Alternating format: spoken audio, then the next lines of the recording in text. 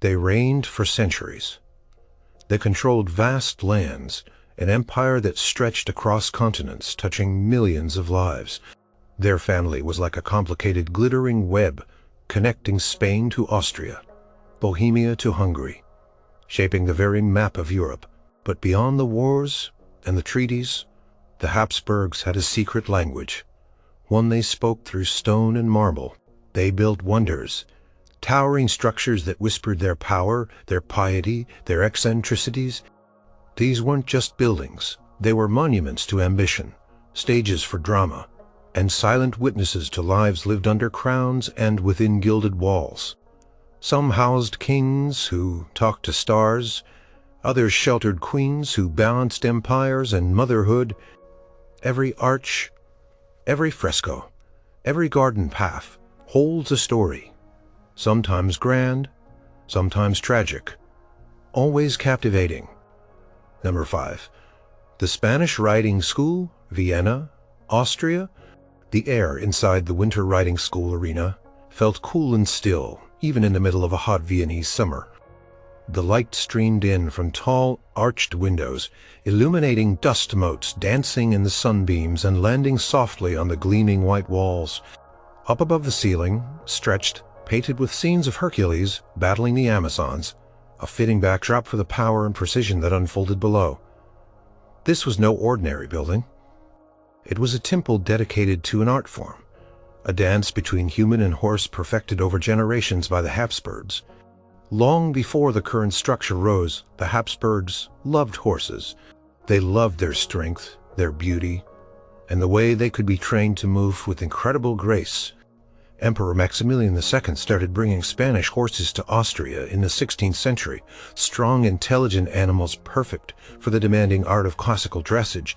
His son, Emperor Ferdinand I, established a riding school in a simple wooden structure. It was a place where young nobles learned horsemanship. But a simple wooden building would not do for long. The Habsburgs did things grandly. It was Emperor Charles VI who truly brought the vision to life. He was a man of refinement, a connoisseur of the arts and a passionate rider himself. He saw the need for a magnificent new riding hall, a place worthy of the Lipizzaner horses, direct descendants of those original Spanish horses. He commissioned the architect Johann Bernhard Fischer von Erlach, a name whispered with reverence in architectural circles. Fischer von Erlach, who had also worked on other grand projects, began the design in 1729. He created a riding hall that was both functional and breathtakingly beautiful. The construction was a painstaking process. Stone had to be cut, intricate plasterwork applied, and the ceiling painted by the artist Daniel Gran. Gran's frescoes depicted stories from mythology. Figures soaring across the vast expanse, looking down upon the precise movements of horse and rider. The whole building was meant to evoke classical ideals, a sense of timeless elegance. When it was finished, it was a marvel. The main riding hall measured 55 meters long and 18 meters wide. With high vaulted ceilings, the riding surface was carefully prepared, a mix of sand and sawdust providing the perfect footing for the horses. On either side, balconies allowed spectators to watch, often members of the imperial family and their guests. The emperor himself would sometimes ride in the morning exercise as a figure of authority and grace. Life inside the Spanish riding school was rigorous. The riders, known as Oberbieder, or chief riders, began their training as young men, sometimes as teenagers. They spent years, often more than a decade, just learning to ride properly before they were even allowed to work with the magnificent white stallions. They wore brown tailcoats, bicorn hats, and tall riding boots. Their days started early, long before the sun had fully risen, with the quiet rituals of caring for the horses. The Lipizzaners were not just animals. They were partners, athletes. Each horse had its own unique personality, its own strengths and weaknesses. And the riders knew them intimately. They spent hours grooming them, feeding them, and building a bond of trust. The training itself was slow and patient. It focused on developing the horse's natural abilities, transforming movements like the piaffe, the passage, and the levade into pure art. The levade, where the horse rises up on its hind legs, and holds the position required incredible strength and balance from the horse and immense skill from the rider. These were not tricks, they were advanced exercises, rooted in ancient military maneuvers, but refined over centuries into a display of absolute harmony. The horses were taught these airs above the ground, not through force, but through encouragement and repetition. Empress Maria Theresia, Charles VI's daughter, was also a keen patron of the riding school. She understood the importance of the Lipizzaners, not just for display, but as part of Austria's heritage. During her long reign, the school continued to flourish. She would often attend the morning exercises, sometimes with her numerous children in tow. The sight of these majestic white horses moving in perfect unison, their coats gleaming, their manes flowing, was a source of pride for the Habsburgs. It was a demonstration of discipline, tradition, and beauty, all values highly prized by the imperial court. Beyond the main hall, the Spanish riding school complex included extensive stables. These were not just functional spaces, but carefully designed homes for the prized horses. Each stall was kept meticulously clean, the bedding fresh, the horses well fed and watered. The stable hands worked tirelessly, their lives revolving around the needs of these magnificent creatures. There was a specific routine for everything, from feeding times to exercise schedules, all designed to keep the horses in peak physical condition. The smell of hay, leather, and horseflesh permeated the air, a familiar comfort to those who worked there. The performances, or gala presentations, were the highlight. On these days, the riding hall would be filled with eager spectators. The riders, dressed in their ceremonial white breeches and brown tailcoats, would guide their Lipizzaners through complex choreographies set to classical music. The horses moved with incredible precision, stepping in unison, performing intricate patterns. There was no sound but the rhythmic hoofbeats on the sand, the soft snorts of the horses, and the occasional gentle command from a rider.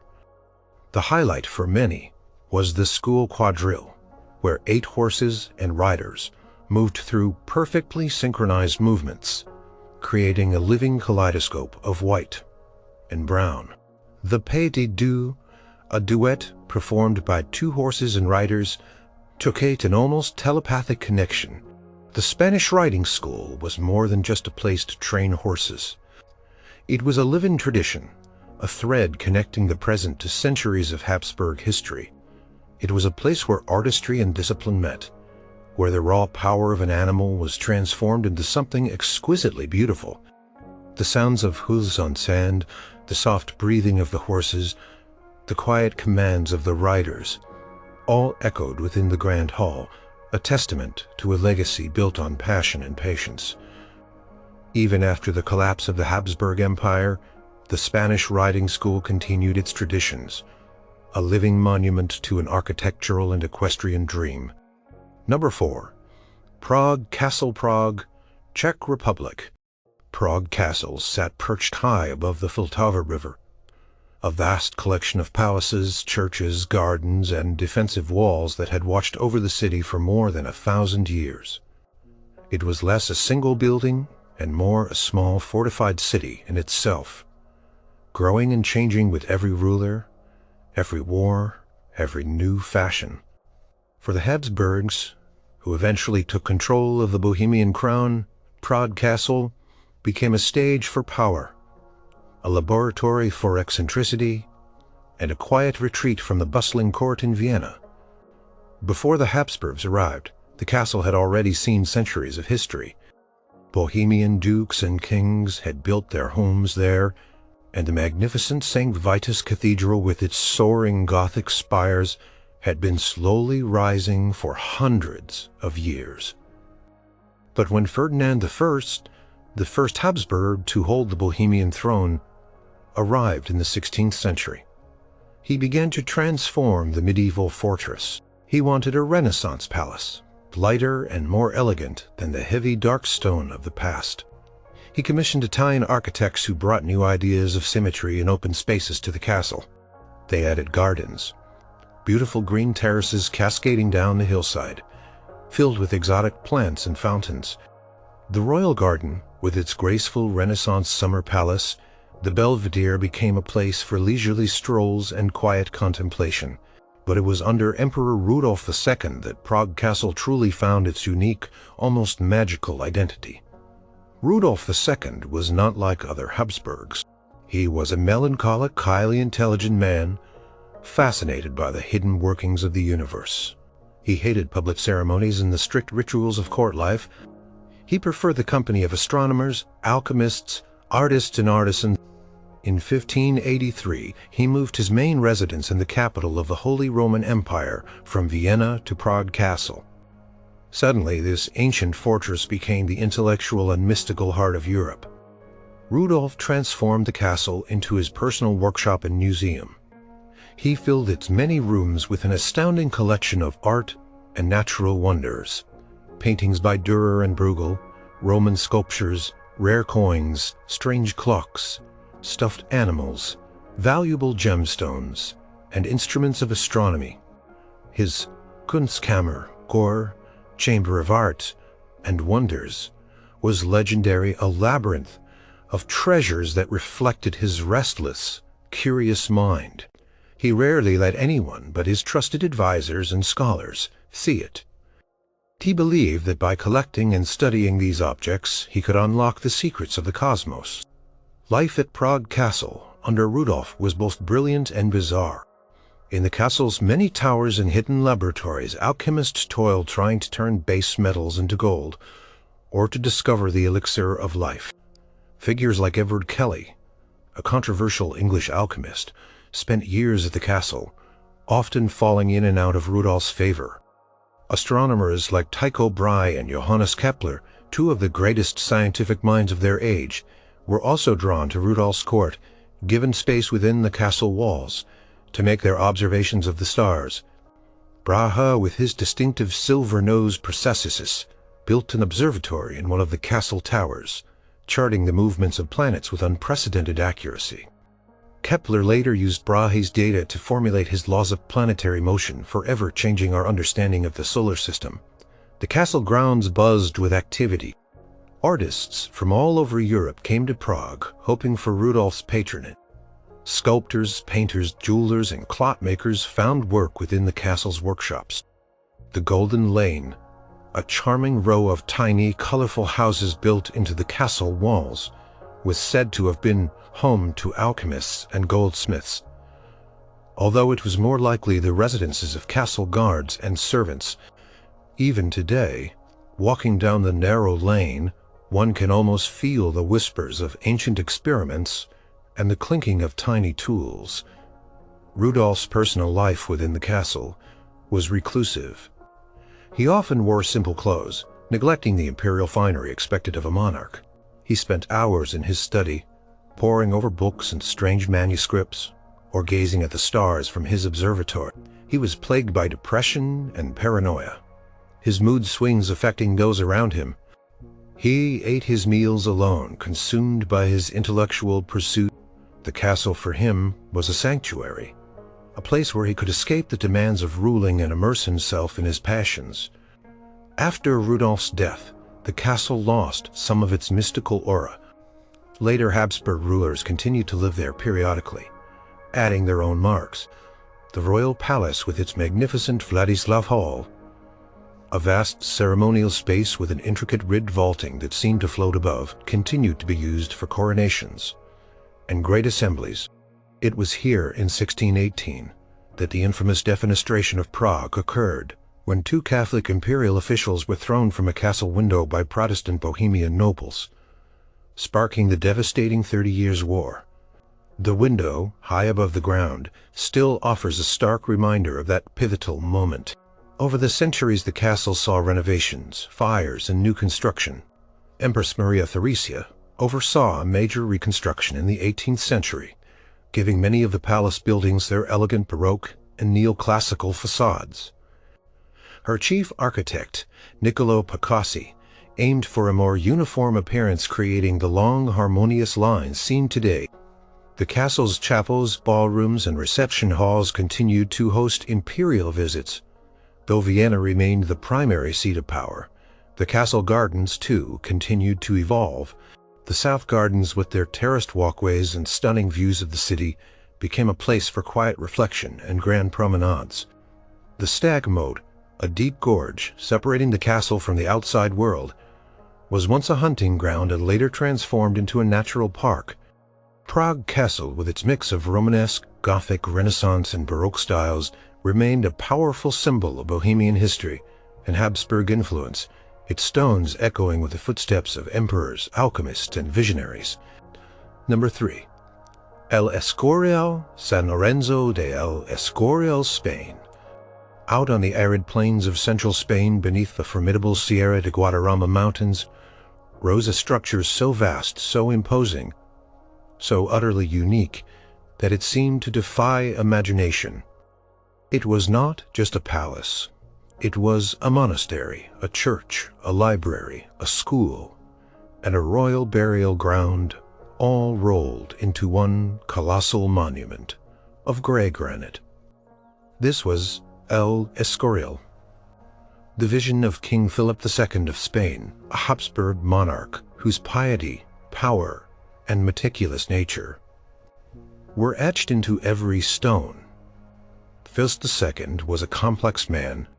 He was the son of the mighty Emperor Charles V, a ruler of an empire so vast that it was said the sun never set on it. Philip inherited a significant portion of this empire, including Spain, its American colonies, the Netherlands, and parts of Italy. Unlike his adventurous father, Philip was a quiet, studious, and deeply religious man. He saw himself as the champion of Catholicism, responsible for defending the faith against its enemies.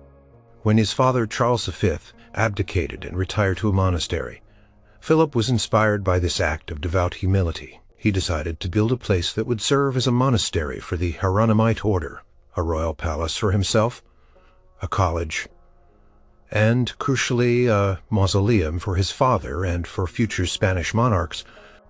The chosen location was remote, nestled in the foothills about an hour's journey from Madrid. Construction began in 1563 under the direction of Juan Bautista de Toledo, a skilled architect who had studied in Italy. After de Toledo's death, his assistant, Juan de Hera, took over refining the design with his distinctive austere style, often called Herrerian. The design was a massive rectangle, almost square, with four corner towers and a central church that stood taller than the rest. The overall impression was one of stern grandeur, a building that was less about flamboyant display and more about solid, unshakable power and devotion. It looked to some like a grill, a deliberate reference to the martyrdom of St. Lawrence, to whom the complex was dedicated. Philip had vowed to build the monastery after a victory at the Battle of St. Quentin, fought on St. Lawrence's Day.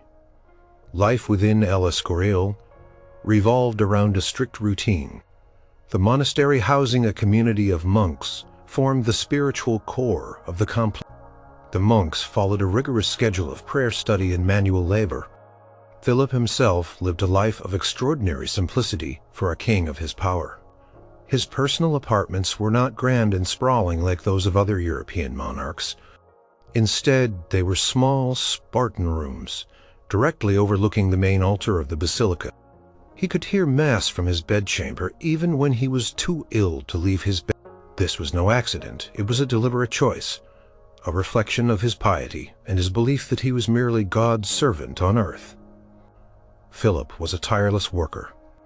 He spent hours each day at his simple wooden desk in his study, reading dispatches from across his vast empire, annotating them in his own hand, and making decisions that affected millions. The walls of his study were unadorned, reflecting his focus on duty rather than luxury. He was a micromanager, involved in every detail of his realm, and his palace monastery was built to facilitate this work.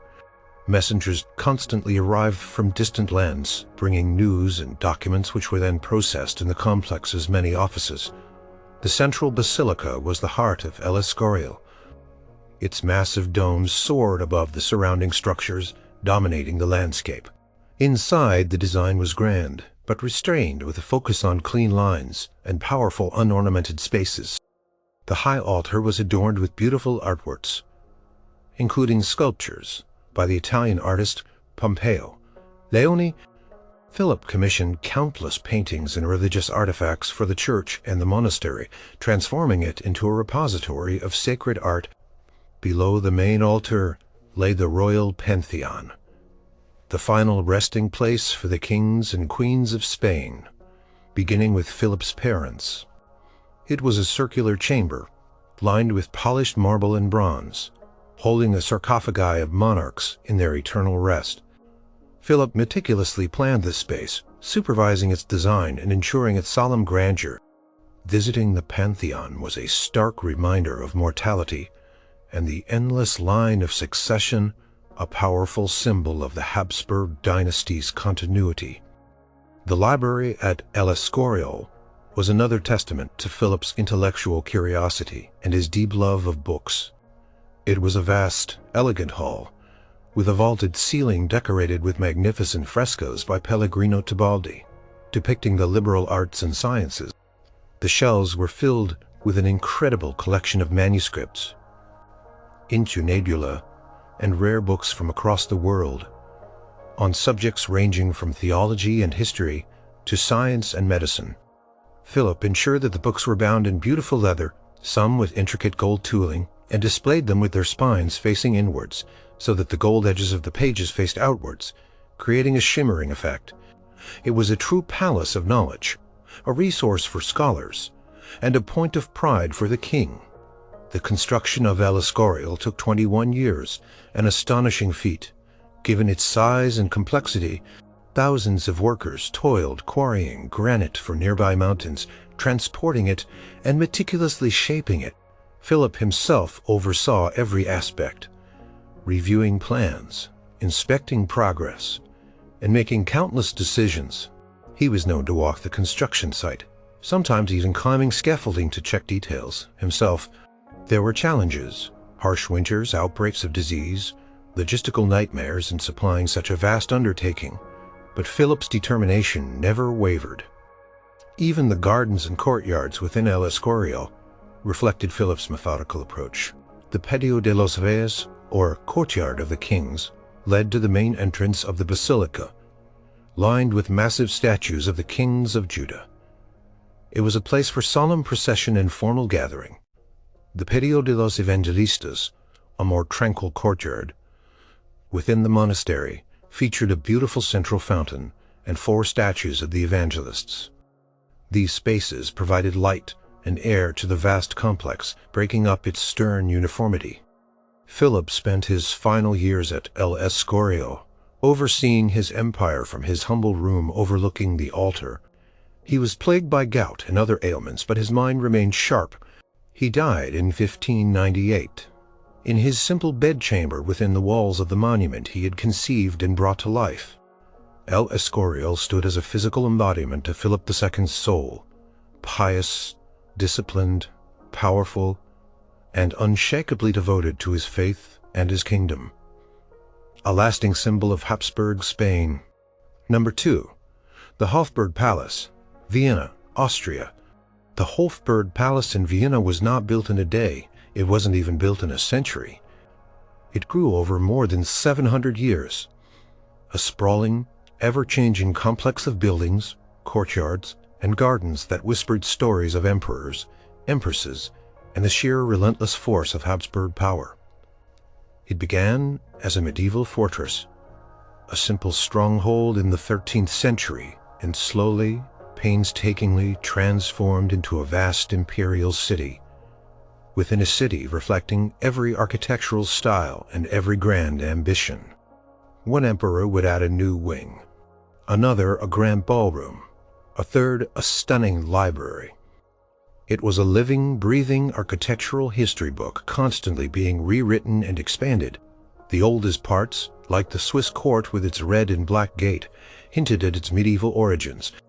Then came the Renaissance additions, like the Amalienburg, with its charming courtyard, and later, the Grand Baroque expansions. The Hofburg was the center of the Habsburg world. It was where political decisions were made, where diplomats from across Europe were received, where state banquets of unimaginable opulence took place, and where the daily lives of emperors and empresses unfolded, sometimes in great pomp, sometimes in quiet sorrow. The imperial apartments were a maze of richly decorated rooms, each serving a specific purpose. There were audience chambers where the emperor met with officials, private studies where he worked, and magnificent ballrooms where the court danced until dawn. The ceilings were often frescoed with mythological scenes or allegories of imperial power. The walls hung with tapestries and portraits of ancestors. Chandeliers, heavy with crystal, glittered, casting a warm light over the polished wooden floors and intricate furniture. The air would have been filled with the rustle of silks, the clinking of porcelain, and the murmur of countless conversations. Empress Elizabeth, often known as Sisi, was one of the most intriguing figures to inhabit the Hofburg. She arrived in Vienna as a young spirited Bavarian princess, ill-prepared for the rigid etiquette of the imperial court. Her apartments within the Hofburg became her sanctuary, and at times her gilded cage. She famously rebelled against the suffocating formality, often seeking escape in her passions. Sisi was obsessed with her appearance. She would spend hours having her incredibly long hair styled, sometimes for a full day. She maintained an extreme diet and exercise regimen, including gymnastics and long strenuous walks, often escaping her ladies-in-waiting to wander through the Hofburg's gardens, or even venture into the city. Her personal rooms, in contrast to the opulent public spaces, were sometimes more simply furnished, a reflection of her desire for privacy and her often melancholic nature. She had a passion for poetry and would spend hours writing in her diary. The Hofburg was a place of both immense privilege and profound loneliness for her. She often yearned for the freedom of her childhood in the Bavarian countryside, finding the strictures of court life unbearable. Her husband, Emperor Franz Joseph I, lived a life of rigid routine within the Hofburg's walls. He was a diligent, hard-working ruler, famously rising before dawn to begin his day, with paperwork in his simple study. He ate simple meals, often alone, and rarely deviated from his schedule. His apartments were functional and orderly, reflecting his disciplined nature. He held daily audiences, reviewed countless documents, and rarely took a vacation. The Hofburg was his office, his home, and his destiny. He witnessed immense changes in the world from these walls, from the rise of industrialization to the nationalist movements that slowly chipped away at his vast empire. He endured personal tragedies within the palace, including the suicide of his only son, Crown Prince Rudolf, and the assassination of his beloved Sisi. The stones of the Hofburg absorbed these sorrows, silent witnesses to a long and often burdened reign. The imperial treasury, located within a part of the Hofburg, held the most precious symbols of Habsburg power.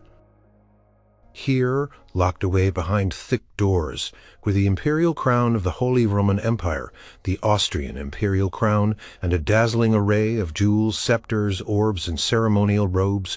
These weren't just glittering objects. They were tangible links to centuries of legitimacy and authority used in coronations and grand state occasions, reinforcing the divine right of the Habsburgs to rule. Seeing these objects, one could almost feel the weight of history and the immense responsibility that came with wearing a crown that had adorned the heads of emperors for centuries. The Hofburg also housed the magnificent Austrian National Library, formerly the Imperial Court Library. Its Prunksaal, or State Hall, was a breathtaking Baroque masterpiece. Commissioned by Emperor Charles VI in the early 18th century, it was designed by the architect Johann Bernhard Fischer von der Lach, the same genius behind the Spanish writing school. The hall was a vast two-story space with a domed ceiling frescoed by Daniel Gran, depicting the apotheosis of Charles VI. Shelves lined with thousands of leather-bound books soared to the ceiling, accessible by elegant wooden galleries. Giant globes, some terrestrial, some celestial, stood proudly in the center. It was a space dedicated to knowledge, to scholarship, and to the collection of wisdom from across the world, reflecting the Habsburgs' patronage of arts and sciences. The sheer scale of the Hofburg meant it was always bustling. Hundreds, even thousands of people worked there. Servants, cooks, guards, librarians, stable hands, gardeners, secretaries, and countless court officials. Their lives were interwoven with the rhythm of the imperial family. The kitchens prepared elaborate meals for banquets and simpler ones for daily consumption. The laundries handled mountains of linens. The stables housed the imperial horses, their hooves clattering on the cobblestones of the courtyards. Every corner of the Hofburg had a purpose, a story, a human touch. From the imposing Michaelerplatz entrance with its grand archway and dome to the quiet hidden courtyards, the Hofburg continued to evolve. The Neue Burg, the new castle wing, was one of the last major additions begun in the late 19th century. Its massive semicircular facade looked out onto the Heldenplatz, or Heroes Square, with its equestrian statues of military heroes.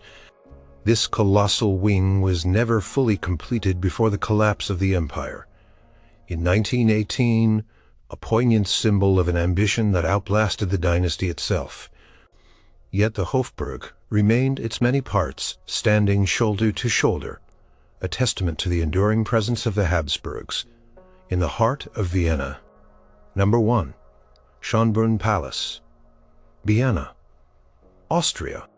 Schönbrunn Palace shimmered like a golden dream on the outskirts of Vienna, its vast yellow facade stretching elegantly against the blue sky, framed by manicured gardens that seemed to go on forever. It was not just a palace. It was a universe, a private world created for the Habsburg imperial family. Especially for Empress Maria Theresia, a ruler whose life story was as grand and complex as the palace. Its story. Schönbrunn began even before Maria Theresia. Emperor Maximilian II had discovered a beautiful spring on the property in the 16th century, calling it Schöner Brunnen, meaning beautiful fountain, which gave the place its name. Later, Emperor Leopold I, Maria Theresia's grandfather, commissioned a grand Baroque hunting lodge on the site after the Ottoman siege of Vienna in 1683. He wanted a palace that could rival Versailles, the magnificent residence of the French king Louis XIV. The architect, Johann Bernhard Fischer von der Lach, the same genius who designed the Spanish riding school and parts of the Hofburg, drew up ambitious plans. But wars and financial difficulties meant only a part of this grand vision was completed. It was Maria Theresia who ascended the throne in 1740, who truly made Schönbrunn her own. She was a formidable woman, intelligent, determined, deeply religious, and the mother of 16 children. She faced immense challenges early in her reign, fighting to keep her inherited lands. But once her rule was secure, she poured her energy into transforming Schönbrunn into a summer residence worthy of her family and her empire. She commissioned her favorite architect, Nicolaus Pacassi, to oversee the redesign. Pacassi softened some of Fischer von Erlach's Baroque severity, giving the palace a more graceful, lighter feel, often referred to as Rococo. He gave it the characteristic Schönbrunn yellow color that still graces its walls today, a color that became synonymous with the Habsburgs themselves. Life inside Schönbrunn was a blend of imperial duty, family chaos, and grand entertainment.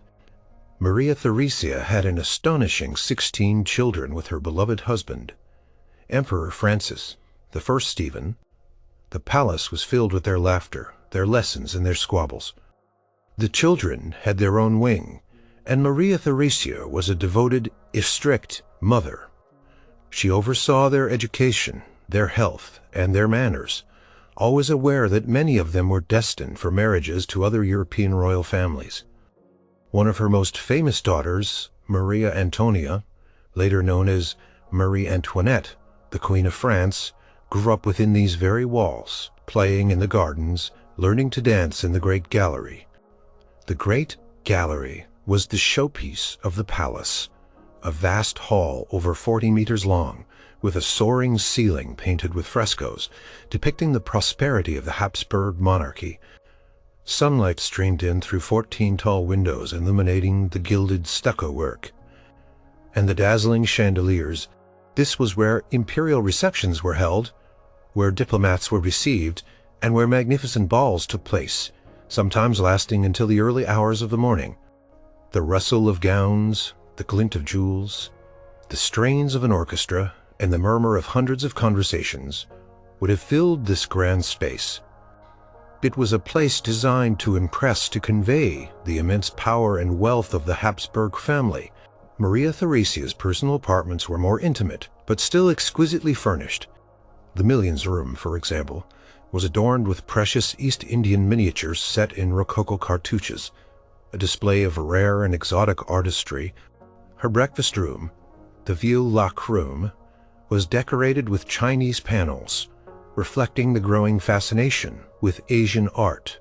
These rooms were not just for show, they were where she conducted much of her business, where she met with advisors, and where she signed countless decrees. She would rise early, often working for hours before her children or even her husband were awake. Beyond the palace itself, the gardens of Schönbrunn were a spectacle of their own. They were not just green spaces, but meticulously planned extensions of the imperial power. The vast parterres, geometric patterns of flowers and clipped hedges, stretched out from the palace's back facade, leading the eye towards the magnificent gloriette. The gloriette, a grand colonnaded archway perched on a hill, offered panoramic views of the palace and the entire city of Vienna. It was built in 1775, serving as a dining hall, a breakfast room, and a place for court festivities. Below it, the Neptune fountain depicted the sea god and his entourage, their stone forms glistening with water. Maria Theresia was also responsible for establishing the Schönbrunn Zoo, the oldest, continuously operating zoo in the world. Originally designed as an imperial menagerie, it housed exotic animals collected from across the empire and beyond, a source of fascination and entertainment for the imperial family and their guests. The orangery, a vast glass house, protected delicate citrus trees and exotic plants during the cold Viennese winters, reflecting the Habsburgs' interest in botany and their ability to command resources from distant lands. Paths wound through groves of trees, leading to hidden grottos, classical ruins, and charming follies like the Roman ruin. The gardens were a place for leisurely walks, quiet contemplation, and sometimes for secret conversations and romantic assignations among the young nobles of the court. After Maria Theresia's reign, Schönbrunn continued to be a beloved residence for the Habsburgs, though its functions slowly shifted from an everyday summer home to a more ceremonial palace. Emperor Franz Joseph, the first Maria Theresia's great-great-grandson, spent his final years at Schönbrunn, living a quiet, disciplined life within its yellow walls. He would rise early, work diligently in his study, and walk through the familiar gardens, the echoes of centuries of Habsburg life. All around him, even Napoleon, after conquering Vienna, briefly resided in Schönbrunn Palace, making a powerful statement by occupying the very heart of his defeated enemy's domain. Schönbrunn Palace was more than just a magnificent building. It was a stage where the grand drama of the Habsburg dynasty unfolded, a place where private lives intersected with public duty, where children grew up to rule empires, and where the echoes of power, love, and loss still seemed to linger. It was a golden testament to a family's ambition, its faith, and its enduring place in the story of Europe.